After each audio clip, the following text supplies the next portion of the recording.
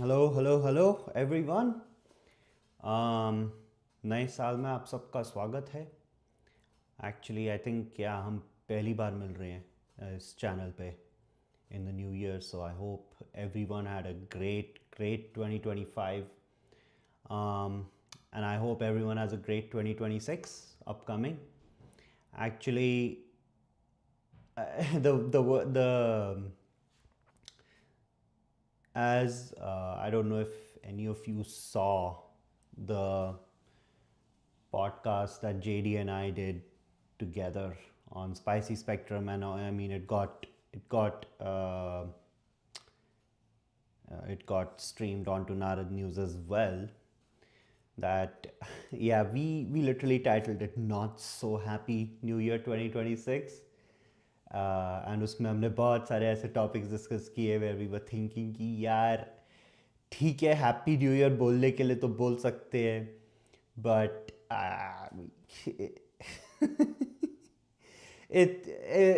It's already been vindicated right कि ये happy new year तो चलो एक होता है कि everyone has to say it, but then yeah, it's not gonna be that happy, fortunately or unfortunately, but mostly unfortunately.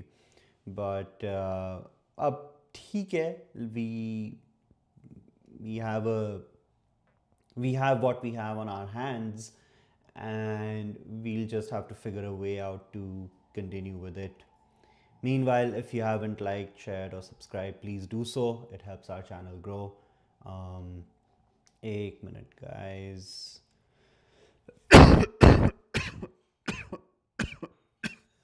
I should learn how to mute on this when I get a cough or something. एक minute. Okay, I guess that worked. वो समझ में आ गया. But anyway, so the thing is, yes, we've had a very interesting start to 2026, although I don't think that was entirely unexpected. मतलब I'm not shocked कि ऐसा कुछ बहुत कुछ already हो चुका है इस साल में, right? Because abhi there is just so much baggage coming in from 2025 that I would have been surprised कि एकदम से कुछ हुए ना. So let's see how things develop. Again, as you all know, I live in Canada. I live in Vancouver, so we are very close to the US, which is the only hyperpower that's existed in the world. We have had superpowers. We have had an era where there were two superpowers, but now we are living in an era where the way I see the world is okay, one hyperpower called the United States of America. Then there is a superpower, or maybe a close to a superpower, however you want to call it, that's called China. And then there is an emerging power called India. And then there is a power which is somewhere, you could call it a superpower, you could call it slightly less than a superpower, but that's called Russia. And each of these four countries have their spheres of influence. And we are going to see more and more of these spheres of influence play out in many different ways as we move into the next 5 years, I would say. But aaj ka that is not today's topic. So as you probably saw from the thumbnail, we are going to discuss, actually this is an old topic. It's not something new, but I felt we should take a look at it just because a lot of the things it says are true. There's no denying it. So, एक minute, guys.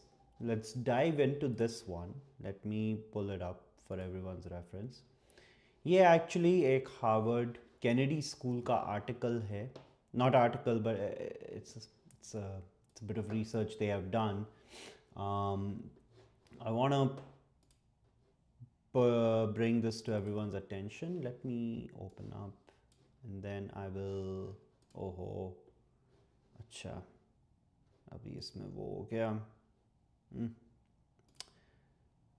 Sorry about that, guys. Let me quickly. Yeah, okay. Chalo. Yeah, that fixes it. सो ये एक interesting find आया. Actually I was browsing for a nugget topic, but फिर वो ये news cycle में तो you know what's happening, US Venezuela में चला गया, बांग्लादेश में प्रॉब्लम चल रही है, यही सब न्यूज़ आ रही थी. It was very boiler plate, मतलब चल ही रहा है, सबको दिख ही रहा है, और लोग यूट्यूब वीडियो भी बना ही रहे हैं इस सब में. तो um, एक minute guys, this is so annoying. One sec guys, let me adjust my setup a bit.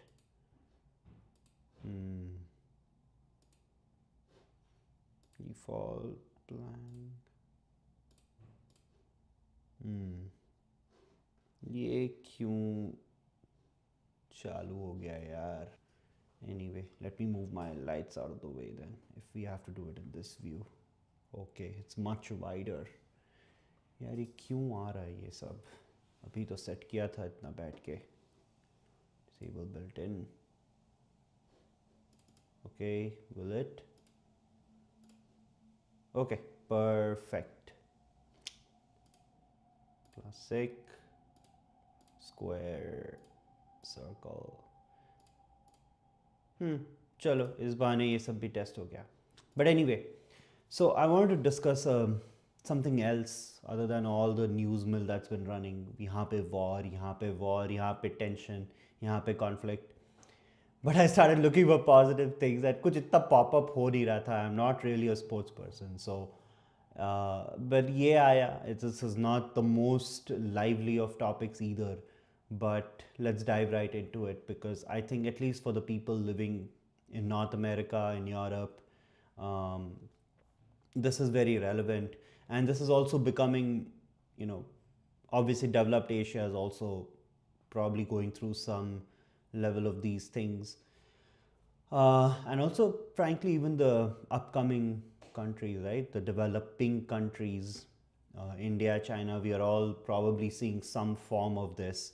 So I thought it was worthwhile to let's take a look at what Harvard is terming the friendship recession, the lost art of connecting. इसमें ये basically कह रहे हैं कि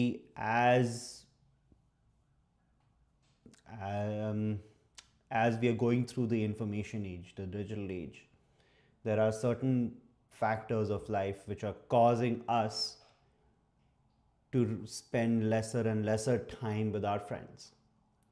and इसमें it's not all doom and gloom, right, कि अच्छा ओ अब आप फ्रेंड्स के साथ नहीं तो आप बस अकेले पढ़ रहे हो. हाँ, आप अकेले पढ़ रहे हो, but a lot of this is also saying कि okay, you're trying to spend more time with your family at the cost of not spending enough time with your friends.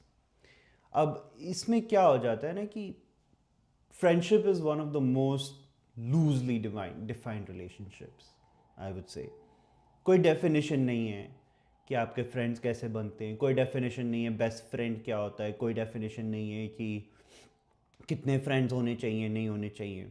So there is always that problem कि as a friend the bar of, you can call it bar of responsibility you have in someone else's life is probably the least, right?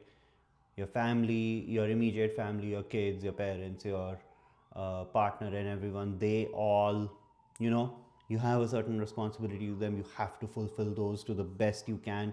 After that, whatever time is left, चलो उसमें friends आ जाते हैं.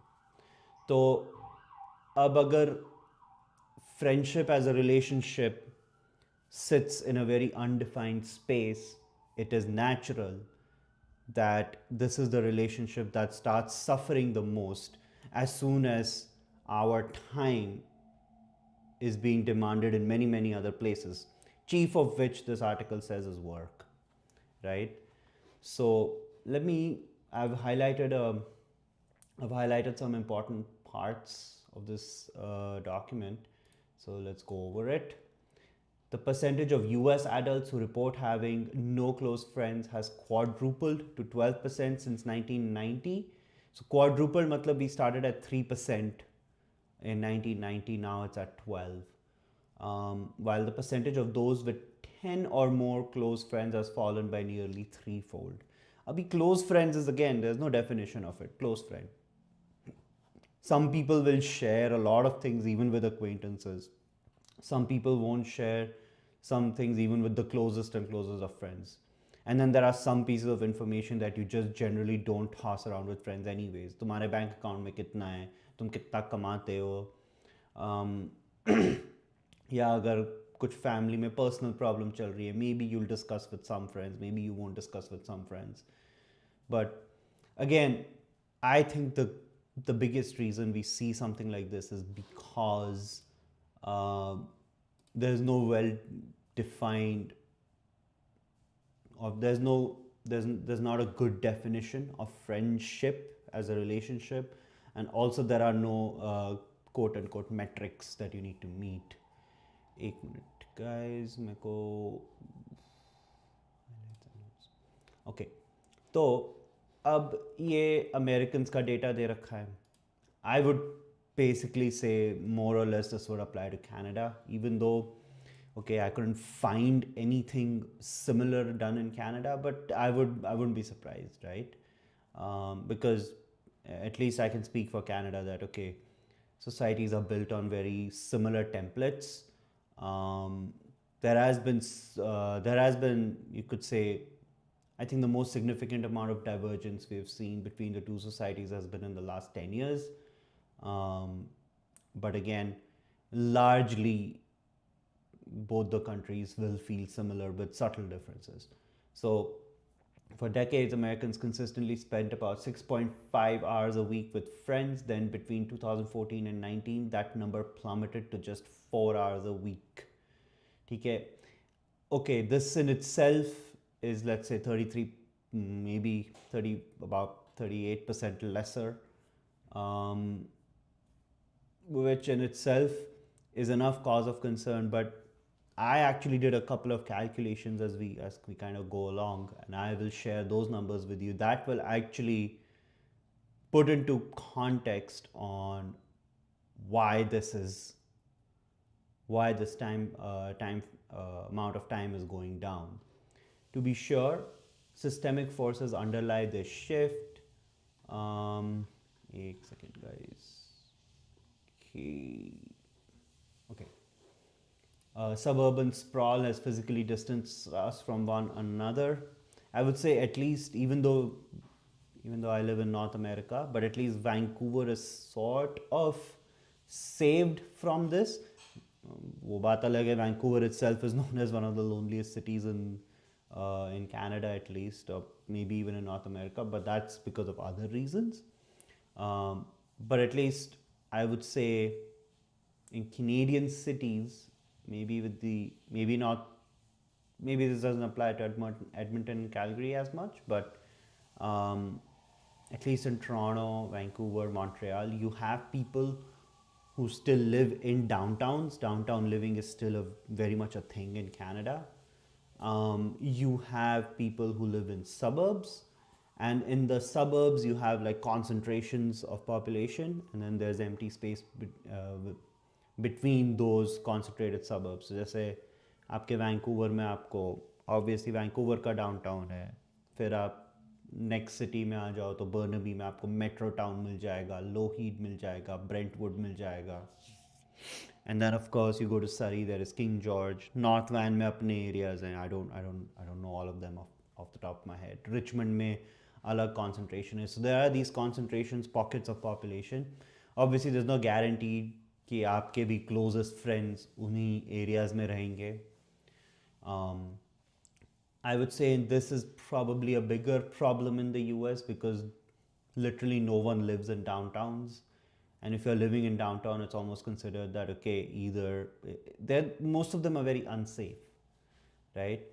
Like, I think with the exception of New York, I don't know of any other city where downtown living is a thing. I hear Lots of people live in San Francisco downtown, but again, if there's anyone watching from San Francisco, let me know if that's a thing. LA downtown, no, no, no. Seattle down, yeah, okay, okay. I would give that Seattle still has a lot of people who live within the city. Um, Cities of Texas, literally no one. I used to live in Tulsa, Oklahoma. Downtown is just businesses, no living, no residential buildings, at least to my knowledge. Houston, same story. Dallas, I'm pretty sure is the same story. Um, Austin, I can say it's a little different just because it's a university town. Um, I've had experience in going back and forth in Philadelphia a lot, and उसमें भी downtown city में तो ज़्यादा कोई लोग रहते नहीं हैं. It's all in the suburbs that everyone's moved out. And then when you get to the suburbs, the distances are huge. You need a car. You need to be able to get from one place to another. So again, this is probably a slightly bigger problem in US. Not to say that Canada is completely devoid of this issue, because again, even if you're living in this one concentration of population, doesn't mean your best friend is also staying in the next building. You may still have to go. You may still have to drive or take transport. And I would say that is one more place where Canada maybe edges out a bit, because I think in US there are basically 3 cities with really good public transport, which are New York, LA, and Chicago. And then Seattle has I would say they're trying. But other cities largely don't have well built out public transport networks. And at least in the southern cities, I can't think of even one. So again, since this study is very US focused, I'm just trying to draw that difference between US and Canada. To be sure, systemic forces underlie the shift: suburban sprawl, government slowed down its investment in and construction of third spaces such as community centers, parks, coffee shops, which has left fewer places for organic social interactions. Yes, true. The rise of the gig economy and economic pressures have made free time a luxury. I think this is probably the biggest reason. See, the article takes a little, or this research paper, it takes a little bit of liberty with, they use a little bit of diplomatic language. But my base argument here is no one by default wants to spend lesser and lesser time with friends. Now, sure, some of that time is going to spending with the family, and we'll get into what type of time is being spent with the family. But some of that may be okay, you can justify it, okay, you're spending more time with the with your close ones. But by default, no one wants to be in a situation. It is true that free time has become a luxury because a lot of the people are struggling even through their 30s to even have some sense of stability in their life so that they can start doing a time allocation of some sort. To just say, okay, I'm going to spend this time with my friends, nothing else. Gig economy, okay. I think gig economy is more of a result of people. Firstly, gig economy platforms are all aggregators, right? But people relying more and more on short-term gigs or part-time gigs is a result of their full-time jobs not paying them enough to be able to make their ends meet. That's my take on the gig economy. I think it's overall a net positive for society, but it does come with its negatives. These trends point to something more insidious, a cultural crisis. Time for friends is a privilege, but it is also a matter of priorities. And again, we'll get into what these priorities are becoming sort of more and more.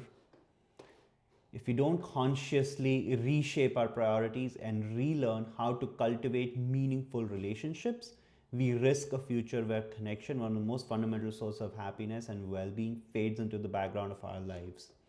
This is probably the first time on this channel that I'm going to make this statement that I'm so glad that the whole, for now at least, the whole concept of metaverse has gone. I'm not, I don't claim, I have nothing against the company Meta. This is, but the fact of the matter is this whole concept of the virtual space and you are just in a digital environment all the time, that was perpetrated by them. That was not perpetrated, but that was put forth by them. They spent a lot of time, research, money into it, and now they've decided to stop it. And I'm very glad that they have.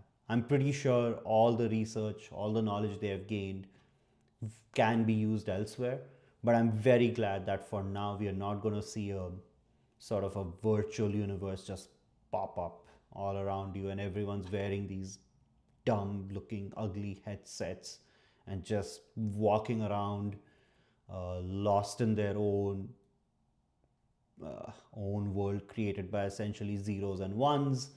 Um, I'm very glad that that is not happening as fast as we thought it would. And this is the simple reason for it, right?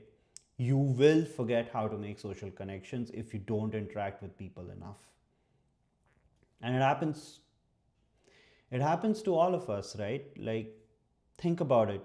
Let's say you go off on a vacation. You go off, or let's call it a staycation. You stay 1 week, you don't want to do any work. You just stay at home, binge watch your TV shows. You go back into the workspace. Suddenly it takes about a half a day to start to adjust back to, oh, I need to talk to my colleagues, I need to talk to my manager, I need to report on this, blah blah blah, XYZ, right? It takes time to catch up, it takes time to turn back that switch on. Now imagine you're always just stuck in a virtual space.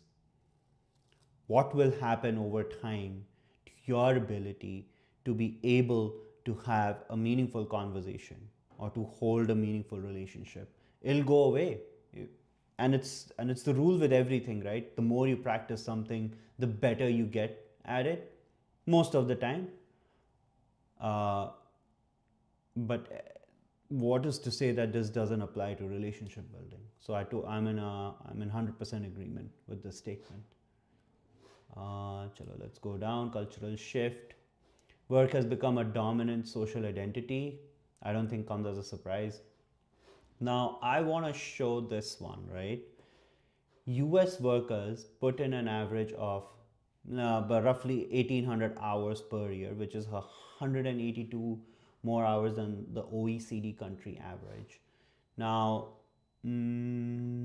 let's see this. Okay, right. So, okay, not yet. Okay. Percentage of adults 65 and older who are employed has nearly doubled since 1987, rising from 11% to 19%.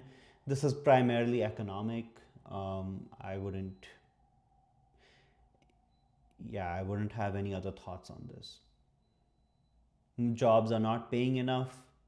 Cost of living has gone up way more disproportionately than the increase in wages. So yeah, you have people working longer, people working more gigs. Doesn't come as a surprise. These shifts are in part driven by broader economic forces. I just mentioned these. Let's see. कहाँ था मेरा?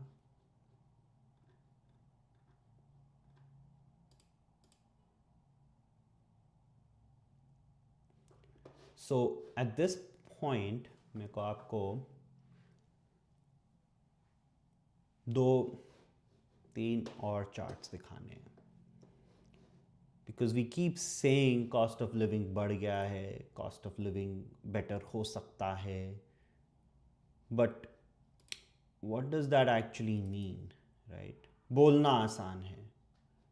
शायद the situation is not that bad, right? So let's pull this up. Okay. This is another, again, it's from an American source, and this is sort of focused on the US. Let's see. Okay. यहाँ पे है. Right. Era state of American friendship, change, challenges and losses. इसमें एक graph था जो मुझे दिखाना था, which will make it very clear on versus how many they have. Doesn't matter. Fewer Americans today have a best friend. ये तो हमने देखा 59 to 75. Republicans have more friends across political divide than Democrats. Okay, ठीक है.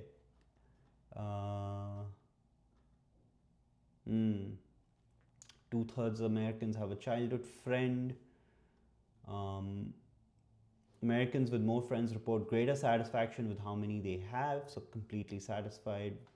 ठीक है, इतना भी.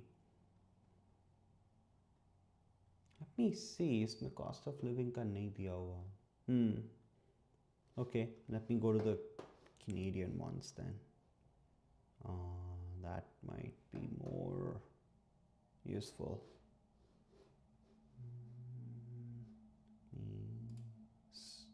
I'll just go back to sharing the previous one for now. Okay, and I'll pull up the Canadian articles I had on this topic. मैं आप लोगों को ये दिखाता हूँ. चलो.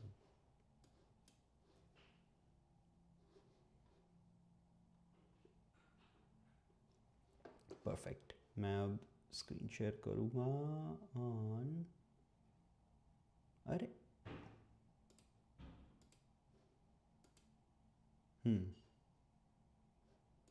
Right. So let's take a look at this one. Are Canadian workers earning more or less than before when accounting for inflation? So I'll just change it to, okay, I'll keep this to overall, keep this to my age range.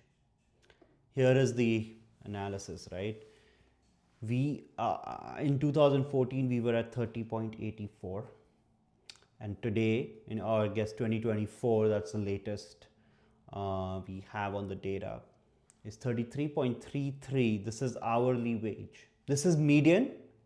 So again, there will be a lot of people who will be making above this, and then there'll be a lot of people who are making below this. This is an 8.1% increase in the past 10 years. Now, if you remember my live, one of my previous lives, I had discussed the strike that happened last year with BCGEU.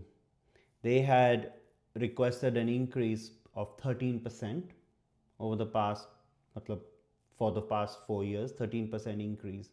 And there I had made the case that that is in pretty much line with the inflation of those 4 years, which has averaged about 2.7%, which then sort of leads to about 13-14% increase in prices. So think about it. In 10 years, we have seen an 8% increase in median hourly wage. In the past 4 years itself, we have seen a 13% increase in inflation, or a 13% increase in prices due to inflation.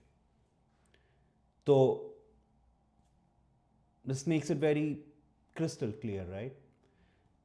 Because a lot of the times, especially I found it very interesting to have this conversation, right?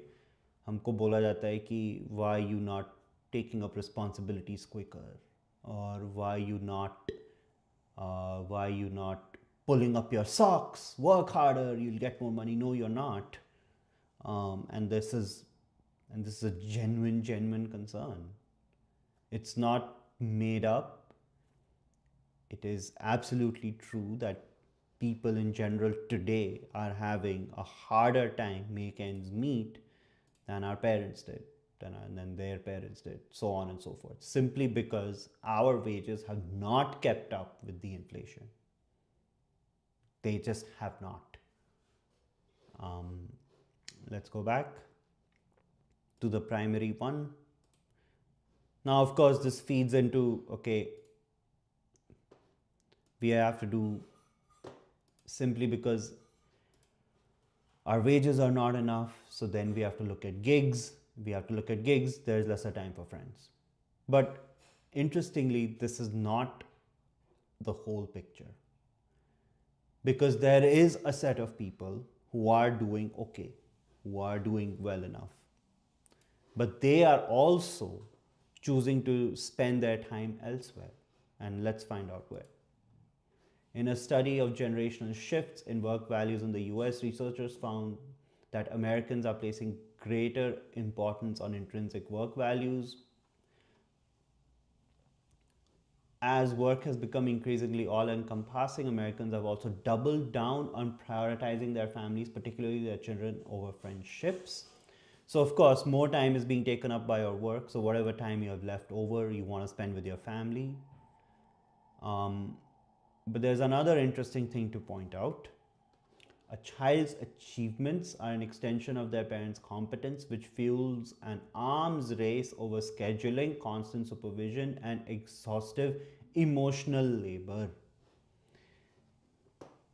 Mota speaking. Now, again, this is an American centric research, but this applies to Canada as well. This is what I would call an Asianification of American families. And when I say Asianification, I include South Asia, which is India, Pakistan, Bangladesh, Sri Lanka, etc.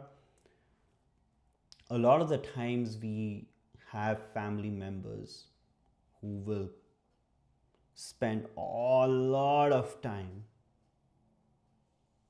to get their children to achieve little all these small things, you know. बच्चा school तो 8 घंटे जा ही रहा है, 6 घंटे जा रहा है, उसके बाद एक 50 एक्स्ट्रा करिकुलर एक्टिविटीज़ हो जाएंगी. There'll be like one after the other. Okay, you're learning some music instrument, you're going for extra tuition classes, you're trying to study for a centralized or for a standardized test, you are doing some volunteer work somewhere. And again, volunteer work is not about getting to know people, forming relationships anymore. Volunteer work is about, okay, I want to show that I'm doing something good so that it shows up on my resume as a positive, so that I get into the university, company, blah blah blah blah blah. It has nothing to do with actually doing something for the societies, especially when we are seeing such a cultural shift. A child's achievements are an extension of parents' competence, which fuels an arms race over scheduling, constant supervision, and exhaustive emotional labor. That's what is happening. Again, not just the US, also in Canada. Parents are doing the same thing here. And the reason is, okay, you've had a stream of immigrants who have gone to the US, who have come to Canada, and now they have grown up, their children are born. This is the second, third generation in their lineage. And as the percentage of such families increases, we are seeing more and more of this culture take hold. Again, the flip side to this is, can you really blame the parents? I think not. Because if not, if they don't try and have their child be the best of best academically in some form or the other, then what else can they do? They themselves are probably paying off a 30-year mortgage. They know that, okay, by the time my child is 18, 20, maybe I can leave them with a house. Maximum, right? Yeah, there are exceptions. I'm talking about the bell curve, the middle of the bell curve here. So when they are faced with such a scenario, you have 2 kids, you're going to leave them with one house. क्या वो आधा तक करके घर में रहेंगे? So you need your child. Of course, after 18, 21, even in these families, kids move out. So after 18, 21 or whatever that cutoff is, the child will have to be able to pay for their own rent, have a job, go start that runt again.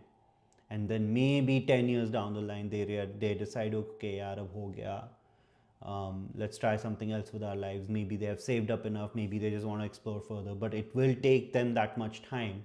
And they have to just be prepared with the skill set And to have that skill set and to be able to prove that they have actually gained that skill set, they need the grades. And then that's how it backfills with all the pressure and the emotional quote unquote trauma that the kids have to go through, that the parents have to put them through, because they are also saying, okay, we have to try and secure your future. It's very easy to say, oh, live in the present moment. Please focus on the now, because that's all what you have in your hand. I agree, but reality doesn't permeate like that through society, right? एक के बाद एक आपको economic engine में लोगों को घुसेड़ना है. I don't have an answer, but all I'm today is all about pointing to those causes, right? Let's go down. Okay, ये तो चलेगा. I want to actually, I know ये थोड़ा लंबा ही हो गया. I want to actually draw everyone's attention to 1 hour 39 minutes per day. Comprehensive study analyzing data from 2003 to 2022 found that the average time spent at home by American adults rose by 1 hour 39 minutes per day. This trend is strongest among younger generations. The average time spent engaging with family members has dropped from 262 minutes per day down to 243. ये जो 1 hour 39 minutes का आया है average time spent at home, interestingly, if you just multiply this by 365, इसमें क्या होता है ना, something interesting will pop up. You do this, so this is about 99 minutes, you multiply with 365, you get, and then you work backwards and convert this figure to days. This is about 25 days. So on average, an American adult is spending 25 days more in their homes rather than going out. Now let's take a look at this vacation breakdown in US, right? So US standard work practice is 10 holidays, like paid vacation days, 10 business days. Maybe it's more now, maybe it's 15 in some places, but we'll get to that. So 10 business days of vacation, and then there are 10 stat holidays, federal holidays. Canada story is similar, but we basically as a standard get 3 weeks off, and then you have 10 stat holidays on top of that. Usually what happens is people will take 1 week in spring, 1 week in winter, and in Canada there'll be 1 week in summer, because you have that one extra week, and then you will get your 10 stat holidays. Now, if you're saying 25 days is gone, 25 days is basically, if you do it in weeks, it's 3.5 weeks, right? 3.5 weeks is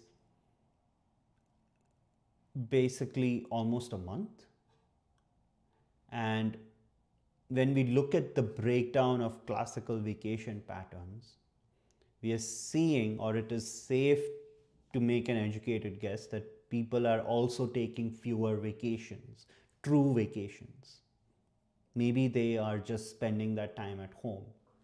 That could be because of a couple of reasons. And this is where this gets very interesting on how these numbers have added up to 25 days, right? एक तो है कि आपकी salary आपको इतना बचाने ही नहीं दे रही कि आप कहीं बाहर घूम के जाओ. So even though you have taken your week off or whatever, you're just like, यार घर पे ही रह लेता हूँ. The other reason can be, okay, we want to spend more time with our children. Maybe in this 1 week of time, we'll get them to achieve something crazy so that they get into a dream university or something.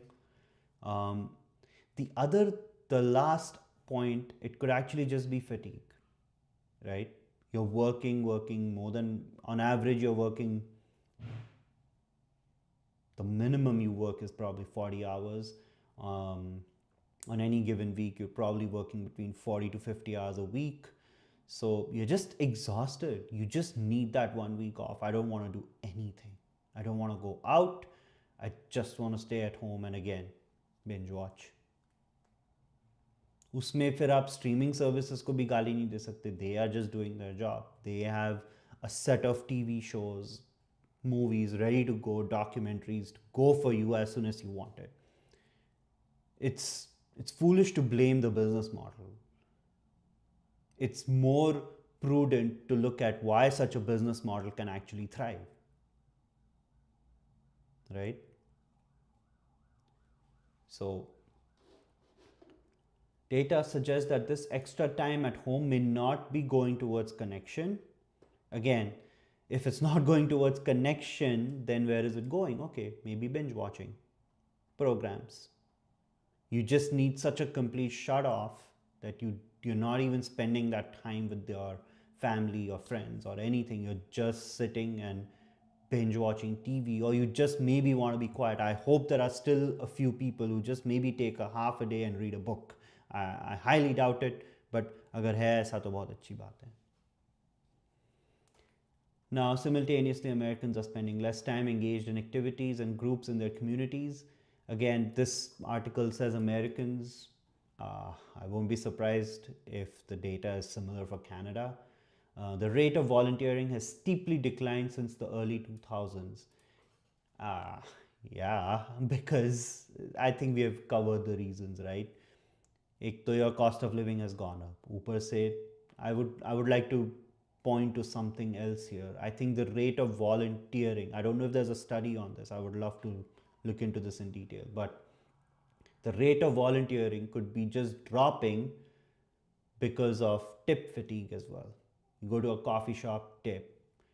You you sometimes end up with a larger group, then you're automatically charged 18%. I think although that existed from before, every little, most of your tip screens now start at 18, go up to 25, 30, whatever. Ridiculous. I've seen as crazy as 50%. So now your Uber Eats, DoorDash, all these delivery services, they also expect you to tip. So you're just getting exhausted. That's tipping is essentially volunteer money. So now, with that setting in, with the cost of living going up, wages not keeping up, it is only natural for frustration to build up inside people, which is then leading to some statistic like this. Not to mention there is also burnout and all the other things that we have mentioned, but it's just natural for frustration to build up in societies. The rise of screen time and digital only friendships. Again, not a surprise. Maintaining a friendship online relies on skills like crafting the perfect message, interpreting text based interactions, and engaging in asynchronous exchanges with multiple people at once. In contrast, in person friendships thrive on undivided attention and are built through spontaneous moments, reading body language, and navigating the vulnerability of face to face connection. Again, I think we mentioned this in the beginning, right?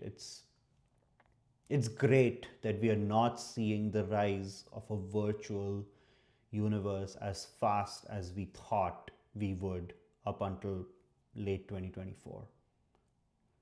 I'm okay to wait 20, 30. I'm actually okay to wait forever for a virtual universe like this to never exist.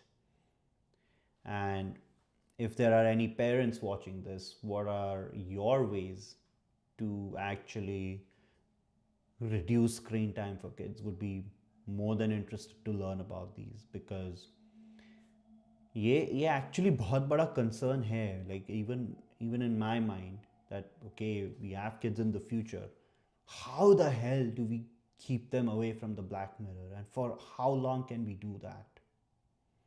I'm not against them having a smartphone. I'm not against them having a gaming console of some sort, but they need to first know that all of that is just zeros and ones. It's not real. The real world exists outside of these screens. And what is that age at which you can safely turn the switch on so that they can start looking at devices? I'd be more than happy to see your comments on this.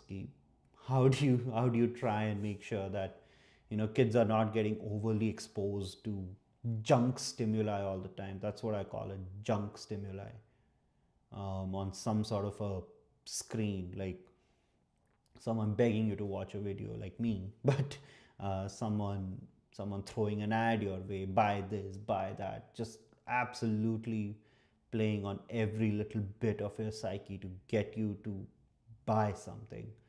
uh, yeah, how do you keep young kids away from that? More than happy to learn on this. um, Now, the neuropsychology behind why this cultural shift is dangerous. um, Forming friendship requires vulnerability, but loneliness makes that vulnerability harder to tolerate. Again, I think, yes, there is psychology behind it. I just don't think you really even need a psychologist to confirm something like this, right? You don't practice a skill for some time, you lose you lose that skill set. It's the same thing with forming relationships. You stay alone for long enough and then you don't know how to have meaningful interactions. You don't know how to share a space with someone. Or you don't understand how to build a meaningful relationship and sustain it. How to, Steve Jobs had made a very interesting, or well, a very insightful remark, right? You bring in a set of very skilled individuals and they are like these pointy jagged rocks, and then they interact with each other, they rub against each other, and then they smoothen out, become very, the pebbles the smooth pebbles you find on the beaches, and that's how they create a meaningful product. That's the same. If you think of that product as a successful family, then you need a bunch of individuals who learn how to just live with each other. And of course, the more time you're spending making ends meet, the more time you're spending trying to get your kids to do something extraordinary so that they can make their ends meet. And then the more time you spend recovering from fatigue, the lesser time you have to form meaningful friendships. So, important because at a neurological level, social rejection doesn't just hurt emotionally, it activates the amygdala. Okay, you guys can read all this. But these shortcuts and avoidance only deepen our isolation, creating a self-reinforcing cycle. The more we retreat from in-person connection, the harder it becomes, making digital interactions and solitude even more appealing. Again, I don't think this comes as a surprise. When enough people deprioritize friendship, it doesn't just affect their own lives, it shifts societal norms. I don't know if people should be, again, I don't think the statement faults the people for it, but I really just want to flip this and ask the question that did people really have a choice? Matlab, did we have a choice to keep friendships as a priority? If I decide that, okay, one full day for friendships every week, or let's just say 6.5 hours, right? 6.5 hours of friendship every week. तुम friends के साथ कहीं शायद बाहर जाओगे, कुछ खाओगे, उसी में आपके, I can speak for Canada, you'll easily spend anywhere between minimum to minimum 30 to $100, depending on what your affordability is, right? Depending on what you can afford. Now, okay, you invite them to your home, you will still have to host a night in some way or the other. Maybe everyone pays for themselves. Sure. You're still gonna have to have something to eat, something to engage, and it's gonna cost money. Now, if I do that, let's take a conservative estimate, $50 per 6.5 hours of friendship engagement. 50 times 4 is $200. 200 times 12, 2,400. So you are saying roughly 2,500 CAD a year to maintain friendships. So, how many of us can actually afford that anymore? That is a question that needs to be looked at, and something needs to be done about this, right? I don't think people even had a choice but to deprioritize. I'm not saying some of them didn't do it actively, but I'm just saying most of them probably didn't even have a choice. Need to actively resist the forces that make solitude the default. Okay, feel good topic. I guess a feel good phrase there. I saw this firsthand in research I conducted while studying loneliness. Okay. See, one thing you know, the conductor of this research, right? They write that, okay, I saw this firsthand in research I conducted while studying loneliness at Stanford's Graduate School of Business. And then um, they talk about how it turned into a very instant camaraderie came around. Um, Again, this was a part of their work. I need to point that out. Was it as organic as being claimed? Yes, there were organic instances like as it built up, but again, it was for their work. So, but this time in an escape room with a different group, um, similar to the Hot Ones challenge. Okay, something. It's basically a similar experience. One thing I did like was these experiences didn't just happen by chance. I had to take initiative to plan them, extend invitations, and show up even though I didn't know how they would turn out. I fully endorse this statement. If you want friendships to stay in your life, you're gonna have to carve out time for them at some level or the other, right? Now, otherwise, it's not gonna happen. There are too many things always demanding our attention that okay, friendship, again, as I mentioned at the beginning of this live, it's an undefined relationship. You make your own definitions, and with that comes a lot of freedom, but with that freedom also comes a responsibility to carve out time to cultivate them, to keep them going. Now, here we have a few suggestions on how to form friendships. Invite a group of people, choose an activity, set the intention, slowly escalate disclosure. um, all these are good. I simply want to point out that sometimes uh, again, you choose an activity, you're going to maybe spend some money. You invite a group of people, yeah, you're going to, if you're hosting, you'll probably spend a lot of money. If you are going Dutch or you are paying your shares, then also you're going to spend money. So I think this will be a challenge. What I would suggest, something as maybe more realistic, is that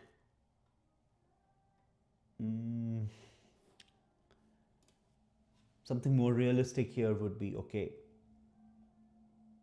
you get straight out of college, spend about the first 5 years making sure that you have, let's say you're getting into a job. I'm not going to go into, okay, if you're starting a business or whatever.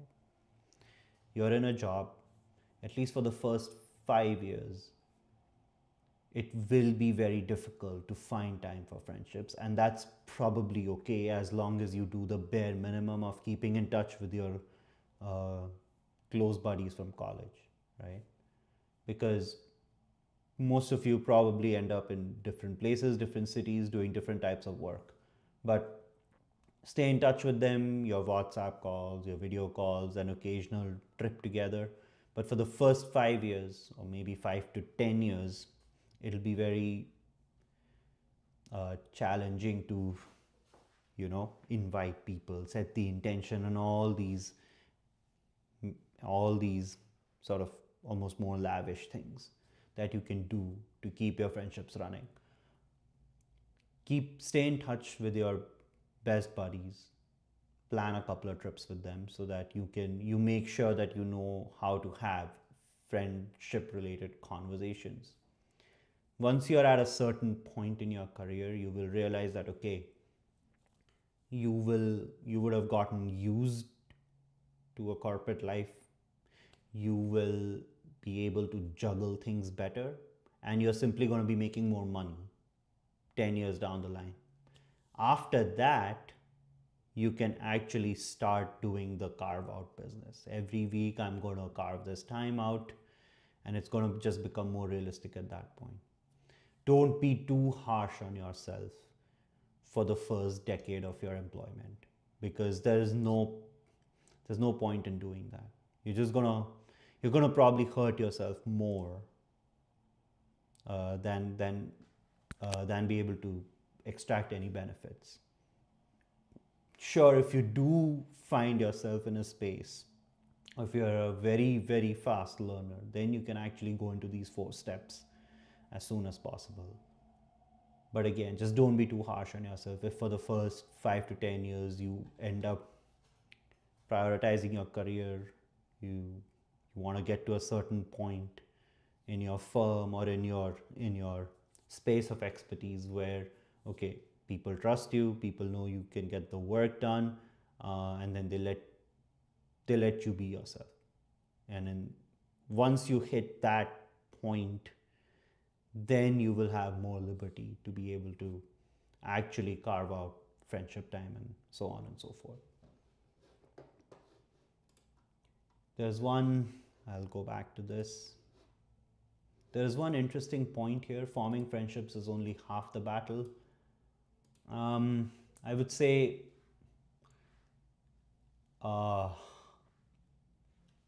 let me see. I had an interesting. See, I would like to break this up in thirds. ये 1/3 में अगर आप देखोगे तो ज़्यादा मेरे हिसाब से ज़्यादा beneficial होगा. The first third is actually setting aside that block of time. And again, as I said earlier, don't expect yourself to have so much of that time up front in your career. The second third is actually forming the friendship, as the statement is saying. And then the third is sustaining it, right? Friendships thrive on ritual and repetition. So yeah, the more you can repeat it, the higher chance you have of being able to maintain it. I think that does not come as a surprise. While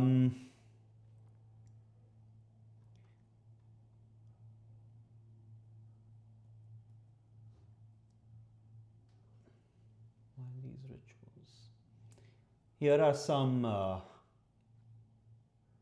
think these are just some ways on how you can actually find friends and then maintain them. See, the first point makes sense. Immerse yourself in a local based ritual that already exists. Yes, be a part of the community. You can go to Meetup app. I think they're talking about Weave. I'm not sure what Weave is, but maybe that's something local to Harvard. Just let me know in the comments below. Choose a set cadence for the meeting. Except I wouldn't call it cadence, because cadence is too it's too formal. Like that's what people use at work. Like, let's have a cadence. If you call it a cadence, it'll start feeling like a work responsibility.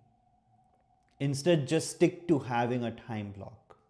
And if it doesn't happen every week, don't be too harsh on yourself for it. The minute you call it cadence, it'll feel like something that needs to be done, rather than something that I'm doing for my own betterment, for my own, I guess, personal betterment in that sense. Choose the activity. Sometimes it makes sense to choose an activity. Sometimes you can just go ad hoc, right? Okay, today let's go watch a movie, or let's check out that new restaurant that just opened up. Or if you live in Vancouver, oh, let's do a quick trail, let's do a quick hike, let's go for a quick bike ride, etc. Sometimes being ad hoc helps, but sometimes choosing an activity, if you know it's going to be something more extensive, that can be useful. But again, please don't call it cadence, essentially. So yeah, that's a wrap for today, guys. Please do like, share, and subscribe. If you like this topic, Please do leave your comments below on what you think about this whole concept of friendship recession, because there is evidence of all this all around us, especially for those living in North America. Like you enter a train or something, and like people's heads are just dangling over their phones, no interaction, nothing. No one's just able to sit in one place and just look around, right? Um, I don't know if there is a solution or there's a perfect solution in the near future. Again, till such time that we are going to have competition as a basis of furthering society, we are probably going to encounter this problem in some form or the other. But the good news is that after you reach a certain point in your life, you'll always be able to have more time to be able to disconnect and then invest more in friendships, other relationships, just other activities. So I think we are still not that far off the cliff that, okay, literally you don't have an ounce of free time till you're 70, 80. I hope we never get there.